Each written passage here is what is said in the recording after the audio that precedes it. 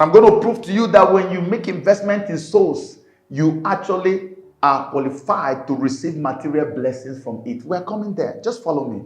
So let me now prove to you that this Lord that Christ is talking about in the parable here is himself. Listen to what he says. The Bible says in 31. When the Son of Man shall come in his glory, and all the holy angels with him, then shall he sit upon the throne of his glory. Son of Man, now he's talking about himself. The very next verse. And before him shall be gathered all nations, and he shall separate them one from another, as a shepherd divideth his sheep from the goats. And he shall set the sheep on his right hand, but the goats on the left. The unprofitable servants on one side of his hand, the other ones that are profitable on the other side. So you have the sheep and you have the goats. This is Christ, the Lord of hosts, who actually decided to cast this man into outer darkness. If it was in this present generation, they would start comparing him to Obikubana. Saying, how can a whole world be doing this to this? You should have just told him, okay, come now, take it easy, my son. Okay, next time do it like this, do it like that. Okay, you shouldn't have done this. Okay, or yeah, take another one. Okay, let me increase it for you. Were you angry that I gave you only one? Hey, yeah. Okay, let me make it 5 for you. So go and trade with it now. And make sure you make profit, okay? You hear? You hear? This is how we live today. That's not the kingdom of God. This could be the kingdom of your home. You cannot take the government of your home or wherever you are to compare to what happens in the kingdom. You go to the United States of America, you show up, they read you your riot act, give you how you are supposed to behave, and you conduct yourself like that. You move from America to China, to India, they tell you, in this place, we don't do this, we do this. You can't carry your Nigerian mentality there and impose it on the people there. No. You live by the rules and standards of those people. They say when you go to Rome, you behave like the Romans. That's why many ministries have fallen, because they have fallen away from the principles of the kingdom. Because the world is suddenly bringing all kinds of hopeless ideologies. Oh, you need to be kind. All this fake kindness, all these fake considerations we're having all over the place. That is destroying everything. This is the reason we are allowing people into the church who should not be there. And we're going to that place now. Let me take you there so that you understand why I'm saying all the things I'm saying. Follow me again to Matthew chapter 22. I'm not going to read all of this one. I'm just going to read part of it, beginning and then the end of it. Okay? Matthew chapter 22, verses 2 to 14. I won't read all of it. Again, he gave another parable, and he starts with, the kingdom of heaven is like unto a certain king, which made a marriage for his son. Now let me tell you the story, so we don't read all of it. He made a marriage for his son. They already have guest lists. You know how you have a list of your guests. And he told his servant, go and invite and bring our guests. The guests rejected the invitation. He now sent them again, and this time around, they even took his servant and killed them and destroyed the servant. He was so angry, he punished them. When I was reading this, I just said to myself, okay, these were people who were already ordained to be at the wedding. They rejected, they even went ahead and killed the servant that was sent to come and pick them up. So we're talking about the Jews and the Gentiles. And the Lord now got angry. The king got angry and said, you know what? Since all the people who were ordained to be at the wedding feast have become this wicked and recalcitrant, you know what I need you to do? Go out there, go to the highways, go to everywhere, go to even the jungles, go to the area boy regions, all those on that bridge, everywhere. Anywhere you see anybody, even inside the farms, in the bush, gather them, bring them to come. Whether they are good people or bad people, bring them to the wedding. That's the instruction. You can read the whole thing by yourself. Matthew 22, 2 to 14. Now look at what happened from verse 10. He said, so those servants went out into the highways and gathered together all, as many as they found, both bad and good, and the wedding was furnished with guests. Or God gave order, go and gather anyone you see there who wants to gather them and bring them to the wedding feast. Whether they are good or bad, bring them. Whether they are well dressed or not, bring them. And they went and gathered everybody, and the wedding was bubbling with guests. Now, look at what happened in 11. And when the king came in to see the guests, he saw there a man which had not on a wedding garment. What is this talking about here? Oh, so you gathered all the people, no matter who you are, wherever you are, come. Yet he found one who was not wearing garment. It simply means that when the people were gathered, whether they were dressed or not, whether they were good or bad, that before they went into the wedding, they were dressed with a wedding garment. Even though you were gathered doing other things, the moment before you can enter the hall, you put on your wedding garment. Now let me digress just a little bit for 1 second. What is this wedding garment that they were wearing to attend that wedding? It is the garment of salvation, of holiness. For without holiness, no eye shall see the Lord. You can't come as you are and remain as you are. That's what this little verse is telling you today. Hyper grace preachers, are you hearing this? Don't tell people to come as you are and allow them to just continue to be as they are. And they bring all kinds of immorality and all kinds of perversions into the church of Christ and continue to spread it in the church of Christ without any recourse to anything. Look, he told them, go and gather people from outside.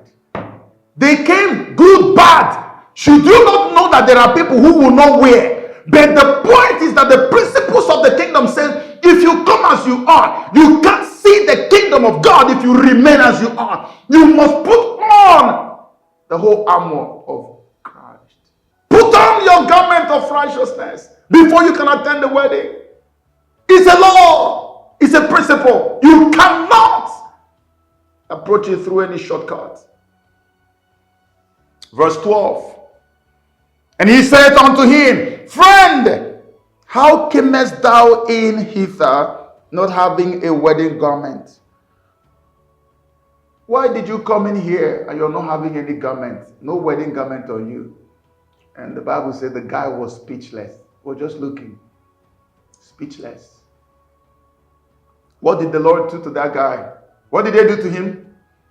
Then said the king to the servants, Bind him hand and foot, and take him away, and cast him into outer darkness. There shall be weeping and gnashing of teeth, for many are called, but few are chosen.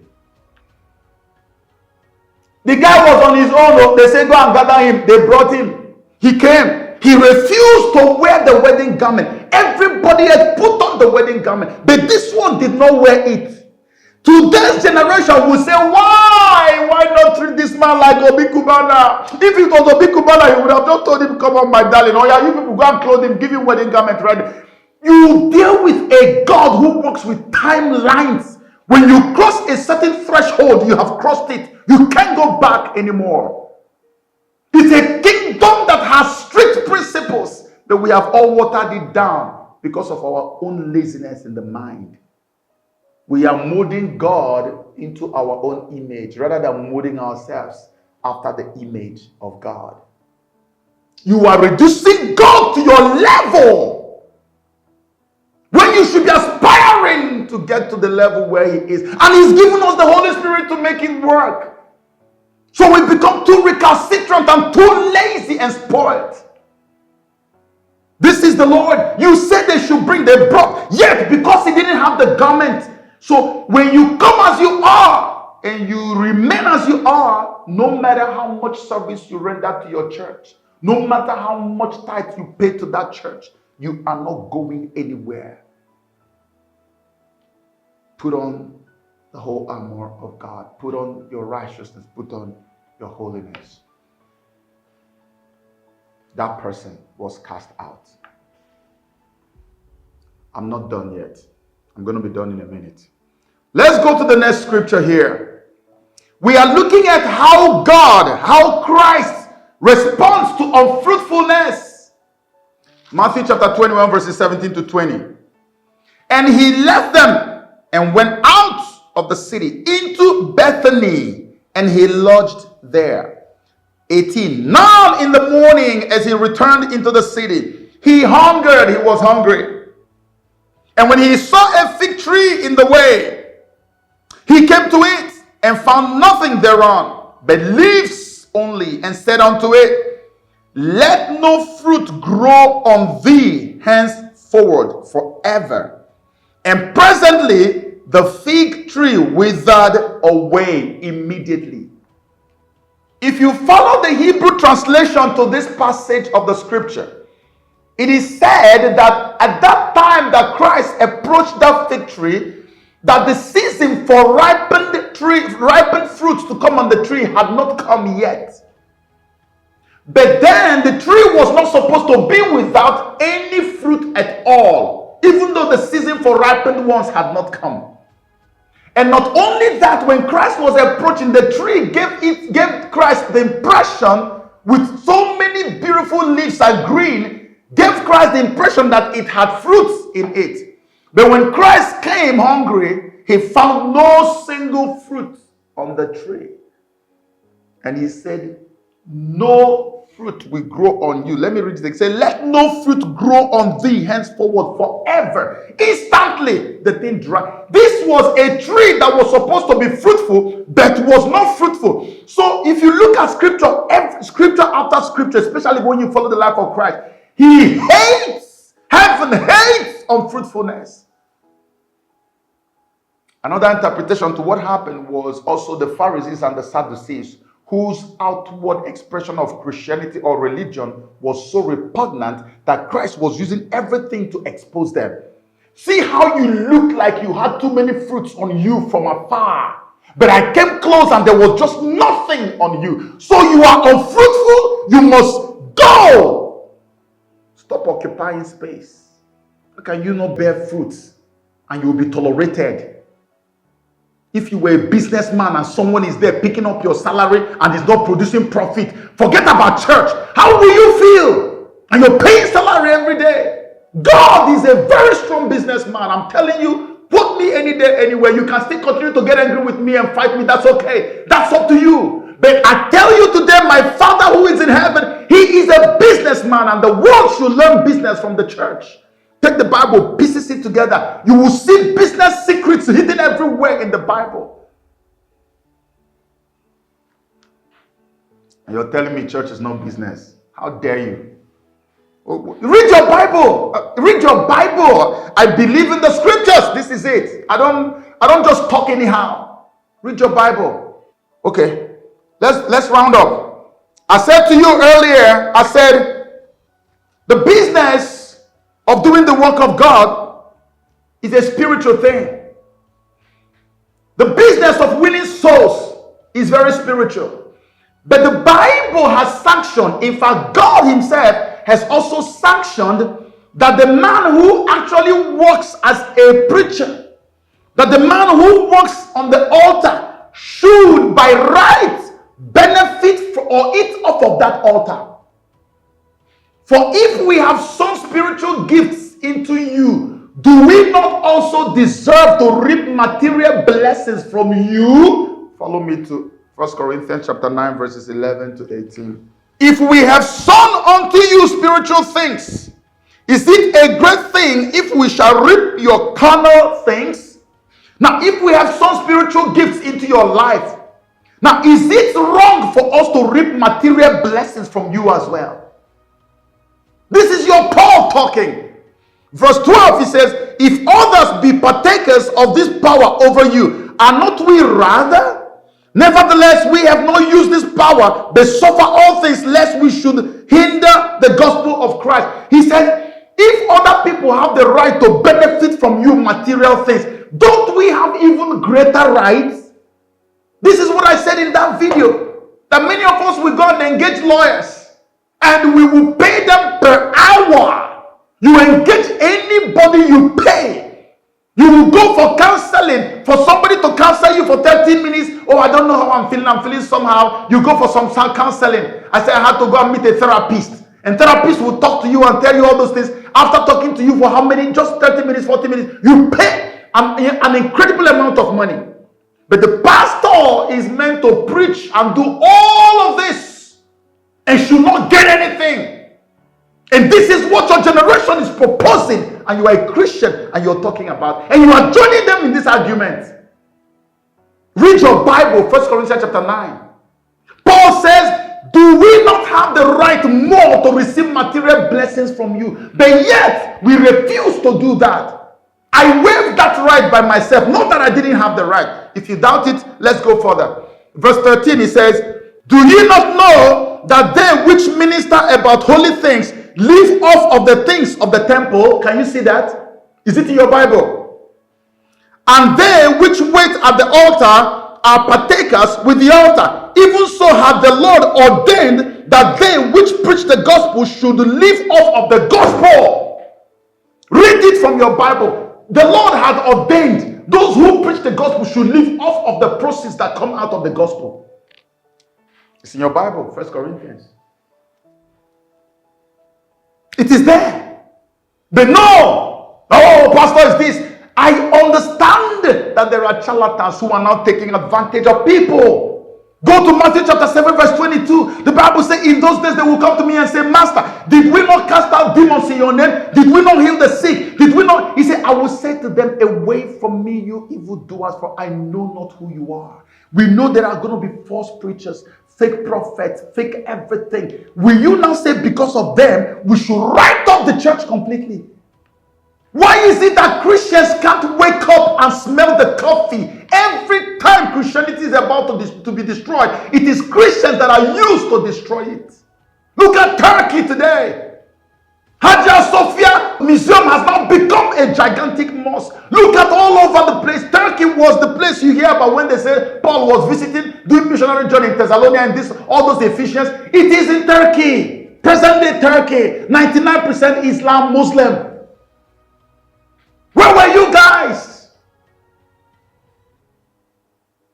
Lack of knowledge. Nobody, because it's trending. Oh, everybody is against this thing. Let us begin to go against it. What is your own personal opinion from fact, based on fact? You are scared of what people will say about you on social media. Who cares? They threw muds, all kinds of stuff at me when I was supporting Trump. Did you see me waver for one day? There were people those days that if they had guns, they would have killed me on the street just for supporting Trump. And ask 9 out of 10 of them, they didn't have any reason for hating the man they hated. No reason. What was my reason? Because I didn't want terrorists to overwhelm my people in Nigeria and Africa. Because we had a man that they could listen to, that they were scared of. Today, what is happening? You must have a mind of your own. The Bible says, for my people perish for lack of knowledge. And so, with those words, I lay to rest permanently this topic. If you need any more from me, send me an email. If I think there's a need to respond, I respond. If there's no need, I leave it. And you just follow me. I love you that much. That's why I decided to explain. I couldn't just let this be. Let's go back to the Bible. And may God continue to teach and minister to all of us individually, to reveal the truth to all of us. I love you with all my heart, and I hope that this must have helped somebody. God bless you.